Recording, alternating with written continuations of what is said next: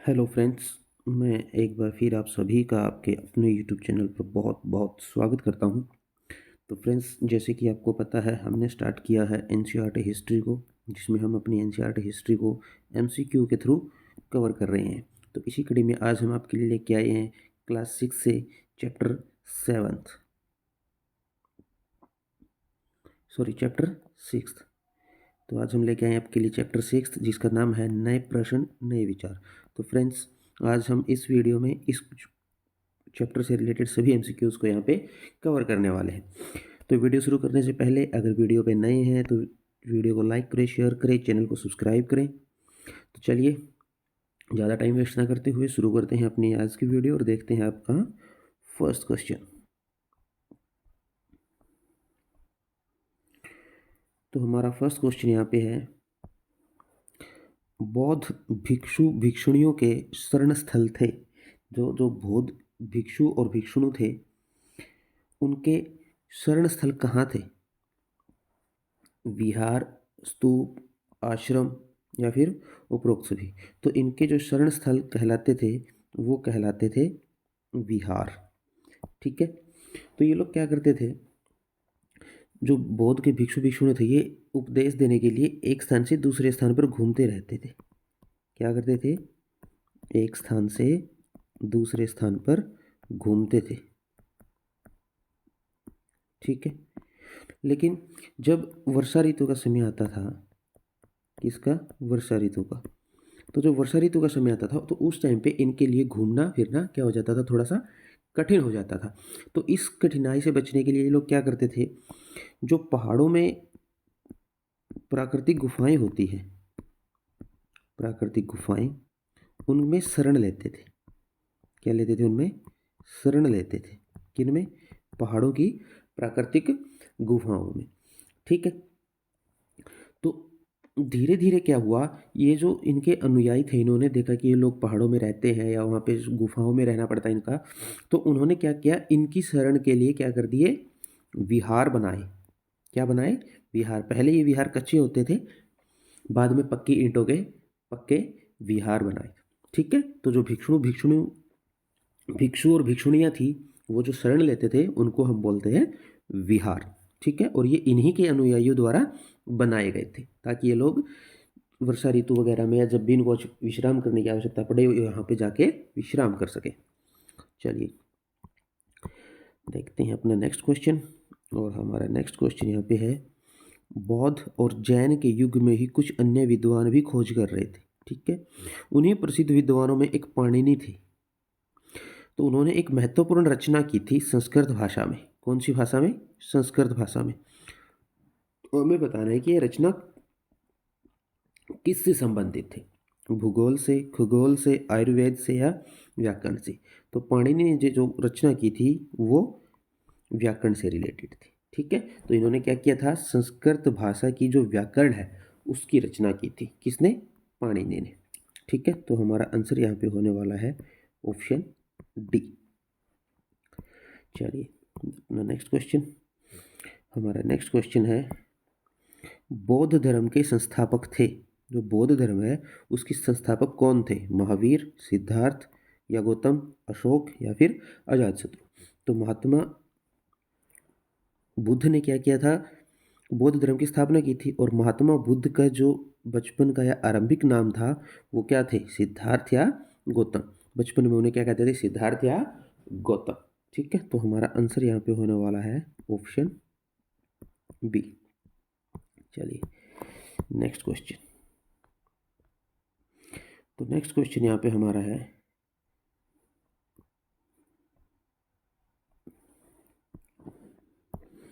उपनिषदों में संकलित वार्तालापों या चर्चाओं से के संदर्भ में निम्नलिखित कथनों में से कौन सा कथन सही नहीं है? तो यहाँ पे कुछ कथन दिए गए हैं जो उपनिषदों में वार्तालाप या चर्चाएं होती थी उनके संदर्भ में। तो हमें बताना है कि इनमें से कौन सा कथन सही नहीं है। चलिए, इन चर्चाओं में भाग लेने वाले अधिकांश पुरुष ब्राह्मण तथा राजा होते थे। इनमें कभी कभी गार्गी जैसी स्त्री विचारकों का उल्लेख भी मिलता है। विद्वता के लिए प्रसिद्ध गार्गी राज दरबारों में होने वाले वाद विवाद में भाग लिया करती थी। ठीक है। निर्धन व्यक्ति भी इस तरह के वाद विवाद में बढ़ चढ़कर हिस्सा लेते थे। तो देखिए, जब ये चर्चाएं होती थी तो इन चर्चाओं में अधिकांश लोग ब्राह्मण और राजा थे, और वो भी क्या, पुरुष। ब्राह्मण और राजा थे, ठीक है। तो ब्राह्मणों में भी क्या, पुरुष, ठीक है। तो ये बात बिल्कुल सही है। उसके बाद कभी कभी गार्गी जैसी स्त्री विचारकों का उल्लेख भी मिलता है, ठीक है। जो गार्गी थी वो क्या थी, कि विदुषी थी। क्या थी, एक विदुषी थी, तो उनका जिक्र भी मिलता है, ये बात भी बिल्कुल सही है। विद्वता के लिए प्रसिद्ध गार्गी, किसके लिए प्रसिद्ध थी गार्गी, विद्वता के लिए, ठीक है।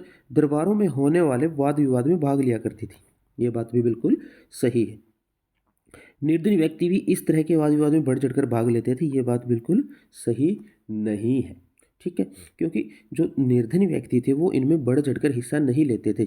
इसके इन चर्चाओं का जो जिक्र है उनमें सिर्फ एक ही निर्धन व्यक्ति का जिक्र है जो इन वार्तालापों या चर्चाओं में भाग लेता था, और उस व्यक्ति का नाम था सत्यकाम जाबाल। क्या नाम था, सत्यकाम जाबाल, ठीक है। और ये कौन था, ये एक दासी का बेटा था। किसका बेटा था, दासी का बेटा था, ठीक है।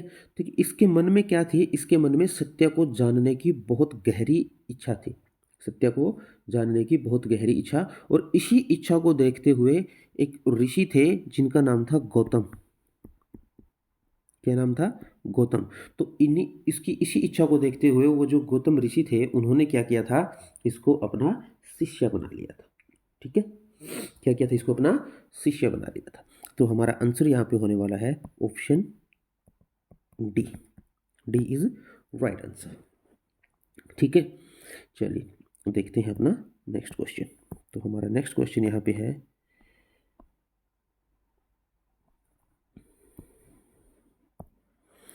बुद्ध का संबंध निम्नलिखित गण से था, मगध, लिस्वी, शाक्य या अवंती। तो जो बुद्ध का संबंध था वो था शाक्य गण से, ठीक है। और इस गण के राजा कौन हुआ करते थे, गौतम बुद्ध के दादा, ठीक है। तो हमारा आंसर यहाँ पे होने वाला है ऑप्शन सी। चलिए देखते हैं अपना नेक्स्ट क्वेश्चन। और हमारा नेक्स्ट क्वेश्चन है बहुत ही इंपॉर्टेंट क्वेश्चन है, ये कई बार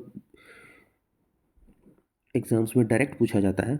महात्मा बुद्ध ने अपना पहला उपदेश कहाँ दिया था, सारनाथ में, बोधगया में, कुशीनगर में या फिर पावा में। तो बुद्ध ने अपना पहला जो उपदेश था वो दिया था सारनाथ में, और उन्होंने अपना जो पहला उपदेश दिया था वो दिया था प्राकृत भाषा में। और प्राकृत क्या थी उस टाइम पर, आम बोलचाल की भाषा। क्या थी, आम बोलचाल की भाषा, ठीक है। तो हमारा आंसर यहाँ पे होने वाला है ऑप्शन ए, सारनाथ। चलिए नेक्स्ट देखते हैं अपना क्वेश्चन। तो नेक्स्ट क्वेश्चन यहाँ पे है, निम्नलिखित में से कौन सा कथन बौद्ध संघ के संदर्भ में सही नहीं है। किसके संदर्भ में, बौद्ध के संघ के संदर्भ में। संघ के पुरुष और स्त्रियों के रहने के लिए अलग अलग व्यवस्था थी, ठीक है। सभी व्यक्ति संघ में प्रवेश ले सकते थे, ठीक है। संघ में प्रवेश के लिए बच्चों को अपने माता पिता से अनुमति लेनी होती थी, ठीक है। उसके बाद विवाहित स्त्रियों को संघ में प्रवेश लेने के लिए माता पिता की अनुमति की आवश्यकता होती थी। तो देखिए, ये जो संघ है इसके बारे में जो कथन कहे गए हैं तो इसमें स्त्रियों और पुरुषों के रहने के लिए अलग अलग व्यवस्था की जाती थी, ये बात बिल्कुल सही है, ठीक है। और कोई भी व्यक्ति इन संघों में उपदेश लेने के लिए क्या कर सकता था, प्रवेश कर सकता था, वहाँ पे जा सकता था, ठीक है।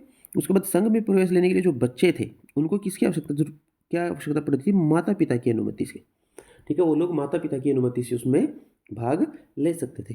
लेकिन जहाँ तक बात है विवाहित स्त्रियों की, तो विवाहित स्त्रियों को अपने माता पिता की नहीं, अपने पति की अनुमति की आवश्यकता होती थी। किसकी, अपने पति की अनुमति की आवश्यकता होती थी। तो जो हमारा सही आंसर यहाँ पे होने वाला है वो होगा ऑप्शन डी, क्योंकि ये जो कथन है ये क्या है, गलत है। यहाँ पे उनको माता पिता की अनुमति की नहीं बल्कि पति की अनुमति की आवश्यकता होती थी। तो हमारा आंसर यहाँ पे होने वाला है ऑप्शन डी, ठीक है। चलिए देखते हैं अपना नेक्स्ट क्वेश्चन। और हमारा नेक्स्ट क्वेश्चन है, महात्मा बुद्ध तथा महावीर स्वामी ने अपनी शिक्षा किस भाषा में दी? अवधी, पाली, ब्राह्मी या फिर प्राकृत? तो उन्होंने क्या किया था, अपनी जो शिक्षा थी वो लोगों की बोलचाल की भाषा में दी थी, और उस टाइम पे लोगों की बोलचाल की भाषा क्या थी? प्राकृत। कौन सी भाषा थी? प्राकृत। तो हमारा आंसर यहाँ पे होने वाला है ऑप्शन डी। चलिए देखते हैं अपना नेक्स्ट क्वेश्चन। तो हमारा नेक्स्ट क्वेश्चन है, सारनाथ का स्तूप प्रतीक है किस बात का? महात्मा बुद्ध के जन्म का, महात्मा बुद्ध के पहले उपदेश का, महात्मा बुद्ध द्वारा संघ की स्थापना का, या महात्मा बुद्ध के देहांत का? तो सारनाथ में महात्मा बुद्ध ने क्या किया था? अपना प्रथम उपदेश दिया था। क्या दिया था? प्रथम उपदेश। और उसी के प्रतीक के रूप में वहां पे क्या बनाया गया? स्तूप बनाया गया। ठीक है, तो ये जो स्तूप है ये किस बात का प्रतीक था? महात्मा बुद्ध के पहले उपदेश का। तो आंसर यहाँ पे हमारा होने वाला है ऑप्शन बी। ओके, चलिए देखते हैं अपना नेक्स्ट क्वेश्चन। और हमारा नेक्स्ट क्वेश्चन यहाँ पे है, संस्कृत भाषा के व्याकरण की रचना करने वाले एक महान विद्वान थे। संस्कृत भाषा की व्याकरण की रचना, तो व्याकरण की रचना किसने की थी? शंकराचार्य, पाणिनि, अश्वघोष या फिर आर्यभट्ट? तो हमने बताया था ये जो रचना थी ये किसने की थी? पाणिनि ने की थी। ठीक है, तो हमारा आंसर यहाँ पे होने वाला है ऑप्शन बी। चलिए नेक्स्ट क्वेश्चन। नेक्स्ट क्वेश्चन है हमारा, जैन धर्म के संस्थापक थे पाणिनि, गौतम, वर्धमान महावीर या फिर सत्याग्रह? ठीक है, तो यहाँ पे जो जैन धर्म के संस्थापक थे वो थे वर्धमान महावीर, या जिनको बोला जाता है महावीर जैन। ठीक है, तो आंसर यहाँ पे हमारा होने वाला है ऑप्शन सी। पाणिनि ने क्या की थी? संस्कृत के व्याकरण की रचना। गौतम कौन थे? एक ऋषि थे। और सत्याकाम कौन थे? सत्याकाम जाबाल, एक निर्धन व्यक्ति था जो क्या करना चाहता था? सत्य की खोज करना चाहता था। ठीक है, और कौन था ये? दासी का बेटा था। चलिए देखते हैं अपना नेक्स्ट क्वेश्चन। और हमारा नेक्स्ट क्वेश्चन है, बोध गया नामक स्थान कहाँ पर है? बिहार, उत्तर प्रदेश, हिमाचल प्रदेश, झारखंड? तो जो बोध गया नामक स्थान है ये कहाँ पे है? बिहार में। ऑप्शन ए जो है हमारा वो क्या है? Right answer. चलिए देखते हैं नेक्स्ट क्वेश्चन। तो नेक्स्ट क्वेश्चन हमारा है, गौतम बुद्ध को किस नाम से पुकारा जाता था? सिद्धार्थ, कबीरदास, रामदास या फिर वर्धमान? तो हमारा जो सही आंसर यहाँ पे होने वाला है वो होगा ऑप्शन ए, सिद्धार्थ। और वर्धमान के नाम से किनको जानते थे? महावीर जैन जी को। ठीक है, तो आंसर यहाँ पे हमारा होने वाला है ऑप्शन ए। चलिए देखते हैं नेक्स्ट क्वेश्चन। और नेक्स्ट क्वेश्चन हमारा यहाँ पे है, गौतम बुद्ध का जन्म कितने वर्ष पूर्व हुआ था? 1500, 3000, 2500 या फिर 2000? तो गौतम बुद्ध का जो जन्म हुआ था वो हुआ था 2500 वर्ष पूर्व। कितने वर्ष पूर्व? 2500 वर्ष पूर्व। आंसर होगा हमारा पे ऑप्शन सी। चलिए नेक्स्ट क्वेश्चन। और नेक्स्ट क्वेश्चन हमारा है, बुद्ध किस वर्ण से थे? ब्राह्मण, क्षत्रिय, वैश्य या फिर शूद्र? तो जो बुद्ध थे वो क्या थे? एक राजकुमार थे, और राजकुमार क्या होते हैं? क्षत्रिय। ठीक है, तो ऑप्शन बी हमारा यहाँ पे क्या होने वाला है? Right answer. चलिए नेक्स्ट क्वेश्चन। और नेक्स्ट क्वेश्चन हमारा है, महात्मा बुद्ध किस गण से संबंधित थे? लुम्बिनी, वज्जी, उज्जैन या फिर शाक्य? तो महात्मा बुद्ध जो थे वो किस गण से संबंधित थे? शाक्य से। और शाक्य गण का जो राजा था वो कौन थे? उनके दादा हुआ करते थे। ठीक है, चलिए देखते हैं अपना नेक्स्ट क्वेश्चन। और हमारा नेक्स्ट क्वेश्चन यहाँ पे है, महात्मा बुद्ध को कहाँ निर्वाण प्राप्त हुआ था? वाराणसी, सारनाथ, बोधगया या फिर कुशीनगर? तो उनको क्या निर्वाण कहाँ प्राप्त हुआ था? बौद्ध गया में। कहाँ पे? बौद्ध गया में। ठीक है, और सारनाथ में क्या हुआ था? उन्होंने अपना पहला उपदेश दिया था। ठीक है, और कुशीनगर में क्या हुआ था? उनको ज्ञान की प्राप्ति हुई थी। ठीक है, चलिए देखते हैं अपना नेक्स्ट क्वेश्चन। कुशीनगर में उनको क्या हुआ था? मृत्यु की सॉरी उनका देहांत हुआ था कुशीनगर में। क्या हुआ था? उनका देहांत हुआ था। और निर्वाण कहाँ प्राप्त हुआ था? बोध गया में। ठीक है, चलिए देखते हैं अपना नेक्स्ट क्वेश्चन। और हमारा नेक्स्ट क्वेश्चन है, महात्मा बुद्ध की मृत्यु कहाँ हुई? हाँ, ये हुई थी कुशीनगर में। कहाँ पे? कुशीनगर में। कुशीनगर। ठीक है, option B is right answer. चलिए देखते हैं अपना नेक्स्ट क्वेश्चन। और नेक्स्ट क्वेश्चन हमारा है, जैन धर्म के महत्वपूर्ण विचारक कौन थे? जो जैन धर्म है उसके महत्वपूर्ण विचारक कौन थे? पार्श्वनाथ, महावीर, ऋग्वेद, ऋषभ देव या फिर महात्मा बुद्ध? तो जैन धर्म के जो महत्वपूर्ण विचारक थे वो थे महावीर। इनको वर्धमान महावीर भी बोलते हैं, महावीर जैन भी बोलते हैं। ठीक है, तो हमारा आंसर यहाँ पे होने वाला है ऑप्शन बी। चलिए देखते हैं अपना नेक्स्ट क्वेश्चन। और हमारा नेक्स्ट क्वेश्चन है जी, महावीर स्वामी ने कितने वर्ष की आयु में घर त्याग दिया था? 25, 12, 20, 30? जो महावीर स्वामी है, महावीर जैन जी थे, उन्होंने कितनी वर्ष की आयु में अपना घर त्याग दिया था? 30 वर्ष की आयु में। आंसर हमारे यहाँ पे होने वाला है ऑप्शन डी। चलिए देखते हैं अपना नेक्स्ट क्वेश्चन। और हमारा नेक्स्ट क्वेश्चन है, महावीर स्वामी का बचपन का नाम क्या था? सिद्धार्थ, वर्धमान, बुद्ध या फिर इनमें से कोई नहीं? तो इनके बचपन का नाम था वर्धमान। ठीक है, और सिद्धार्थ कौन थे? महात्मा बुद्ध का बचपन का नाम। चलिए नेक्स्ट क्वेश्चन। तो हमारी नेक्स्ट क्वेश्चन है, जैन धर्म की शिक्षाएं कहाँ लिखी गई है? जो जैन धर्म की शिक्षाएं हैं वो कहाँ पे लिखी गई हैं? वो लिखी गई हैं वल्लभी, उज्जैन, कौशाम्बी या फिर वाराणसी? तो ये सही आंसर यहाँ पे हमारा है वल्लभी, वल्लभी। ठीक है, आंसर इज ऑप्शन ए।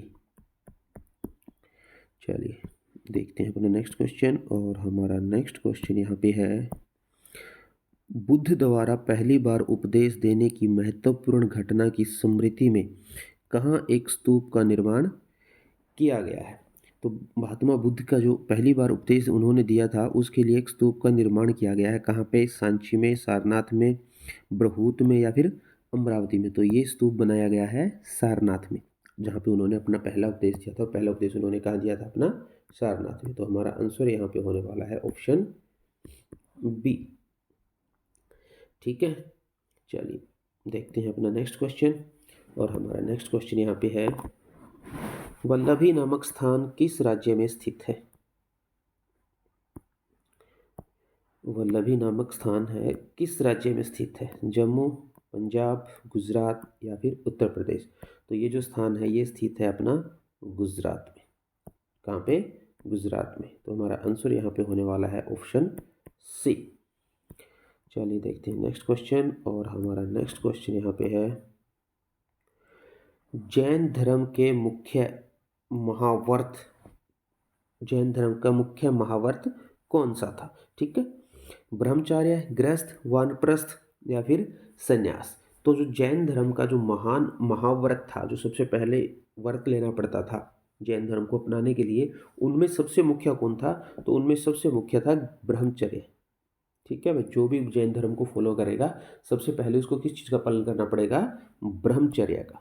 ठीक है, आंसर हमारा यहाँ पे होने वाला है ऑप्शन ए। ठीक, चलिए देखते हैं अपना नेक्स्ट क्वेश्चन। और हमारा नेक्स्ट क्वेश्चन यहाँ पे है, निम्नलिखित कथनों में से कौन सा कथन सही नहीं है?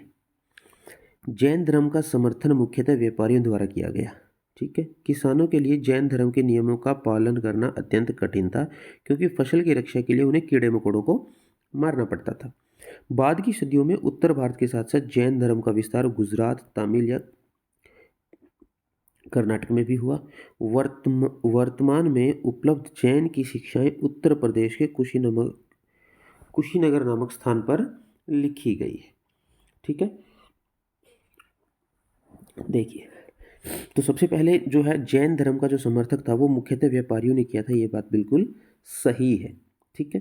दूसरी बात, किसानों के लिए जैन धर्म के नियमों का पालन करना अत्यंत कठिन था क्योंकि फसल की रक्षा के लिए उन्हें कीड़े मकोड़ों को मारना पड़ता था। ये बात भी बिल्कुल सही है क्योंकि जैन धर्म की मुख्य शिक्षा की थी, क्या थी, कि जियो और जीने दो। ठीक है भाई, किसी भी प्राणी को, जीव को, पशु को, पक्षी को, किसी भी सजीव चीज को आपको मारना नहीं है। लेकिन किसानों को क्या करना पड़ता था, अपने खेत में खाद वगैरह किसी भी तरीके से जो कीड़े होते हैं फसल की बचाने के लिए, जो फसल को नुकसान पहुंचाते हैं, उनको मारना पड़ता था। ठीक है। तो इसलिए वो क्या नहीं कर पाते थे, इनका अनुसरण नहीं कर पाते थे। ठीक है, ये बात बिल्कुल सही है। उसके बाद सदियों बाद की सदियों में उत्तर भारत के साथ साथ गुजरात, तमिल और कर्नाटक में भी जैन धर्म का प्रचार प्रसार हुआ, ये बात भी बिल्कुल सही है। और वर्तमान में जो उपलब्ध जैन धर्म की शिक्षाएं हैं वो उत्तर प्रदेश के कुशीनगर नामक स्थान पे, तो ये कुशीनगर नामक स्थान पर नहीं है, कहाँ पे लिखी गई है, वल्लभी में।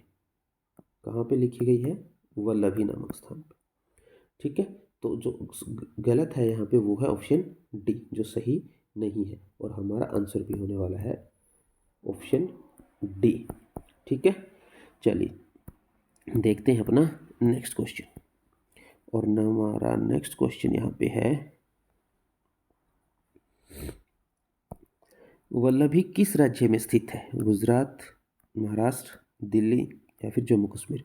तो जो वल्लभी है हमारा वो कहाँ पे है, गुजरात में। और यहाँ पे क्या लिखी गई है, जैन धर्म की शिक्षाएं। ठीक है। तो हमारा आंसर यहाँ पे होने वाला है ऑप्शन ए। चलिए देखते हैं अपना नेक्स्ट क्वेश्चन, और हमारा नेक्स्ट क्वेश्चन है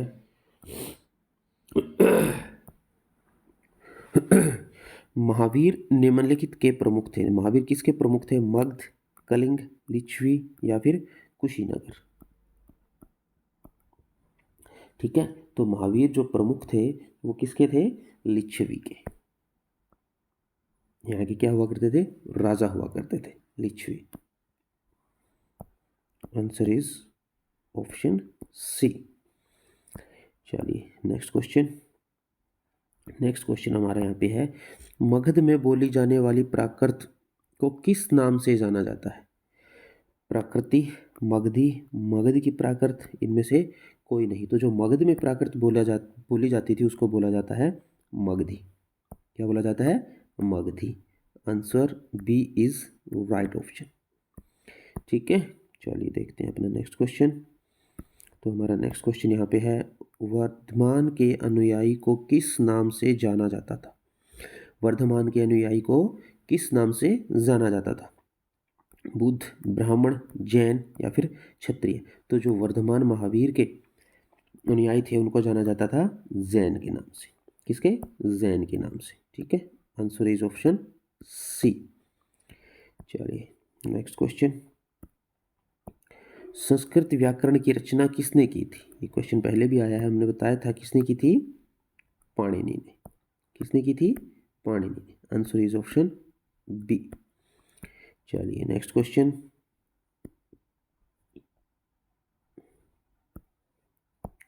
गौतम बुद्ध के पिता किस वंश के मुखिया थे, जानकार, कंबोज, लिच्छवी या फिर शाक्य। तो किस वंश के मुखिया थे, वो थे शाक्य वंश के। किस वंश के, शाक्य वंश के। Answer is option D. चलिए नेक्स्ट क्वेश्चन। नेक्स्ट क्वेश्चन यहाँ पे हमारा है, बुद्ध को किस वृक्ष पर या किस वृक्ष के नीचे ज्ञान की प्राप्ति हुई थी, बरगद वृक्ष, तुलसी वृक्ष, पीपल वृक्ष या फिर नीम वृक्ष। तो ये वृक्ष था किसका, पीपल का। किसका वृक्ष था ये, पीपल का। Answer is option C. चलिए देखते हैं नेक्स्ट क्वेश्चन, महावीर खालिस्तान राजकुमार थे, शूद्र, वैश्य, ब्राह्मण या फिर क्षत्रिय। तो जो राजकुमार होते हैं वो क्या होते हैं, क्षत्रिय होते हैं। कौन से राजकुमार थे, क्षत्रिय राजकुमार। तो आंसर इज ऑप्शन डी। चलिए देखते हैं अपना नेक्स्ट क्वेश्चन, और हमारा नेक्स्ट क्वेश्चन यहाँ पे है, भारत द्वारा सत्य की खोज का प्रतिनिधित्व दर्शन कितनी शाखाओं ने किया। भारत द्वारा सत्य की खोज का जो प्रतिनिधि है वो दर्शन शास्त्र की कितनी शाखाओं ने किया है, 5, 6, 3, 9। तो ये किया है 6 शाखाओं ने। कितनी शाखाओं ने? 6 शाखाओं ने। और अगर हम बात करें इन शाखाओं की, भाई शाखाएं कौन कौन सी हैं, तो ये हमारी शाखाएं हैं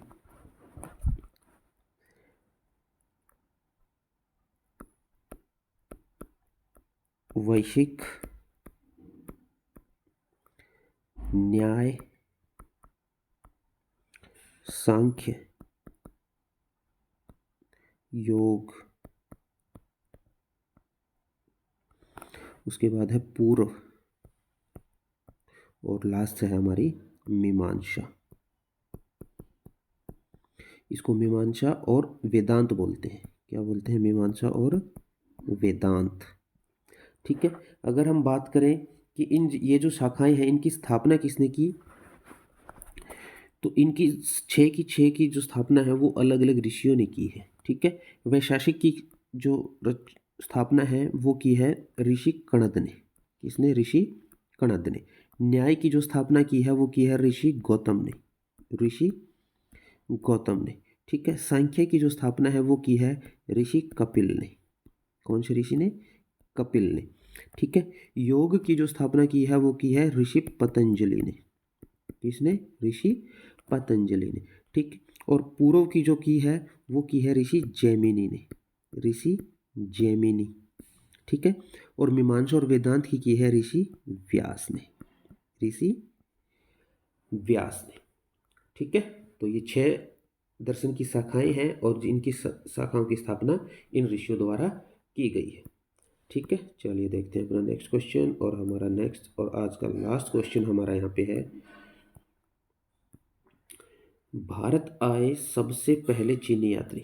भारत आए सबसे पहले चीनी बौद्ध चीनी यात्री कौन थे? फाशियन, स्वान इत्सिंग, या फिर इनमें से कोई नहीं। ठीक है। तो सबसे पहले जो चीनी बौद्ध यात्री भारत आए थे वो थे फासियन। कौन थे वो? फासियन। ठीक है। तो जो फासियन थे वो भारत आए थे 1600 साल पहले। कितने साल पहले? 1600 वर्ष पूर्व। ठीक है। जो स्वान तसांग थे वो इनके बाद आए थे। कब? 1400 वर्ष पूर्व। 1400 वर्ष पूर्व। ठीक है। और उनके बाद आए थे इत्सिंग, वो आए थे 1350 वर्ष पूर्व। 1350 वर्ष पूर्व। ठीक है। तो यहाँ पे हमारा जो राइट आंसर है वो है Faxian. Answer is option A. ठीक है। तो फ्रेंड्स आज की वीडियो में इतना ही। आशा करते हैं आपको आज की वीडियो पसंद आई होगी। मिलते हैं आपसे नेक्स्ट वीडियो में नेक्स्ट चैप्टर के एमसीक्यूज़ के साथ। तब तक के लिए थैंक यू। जय हिंद, जय भारत।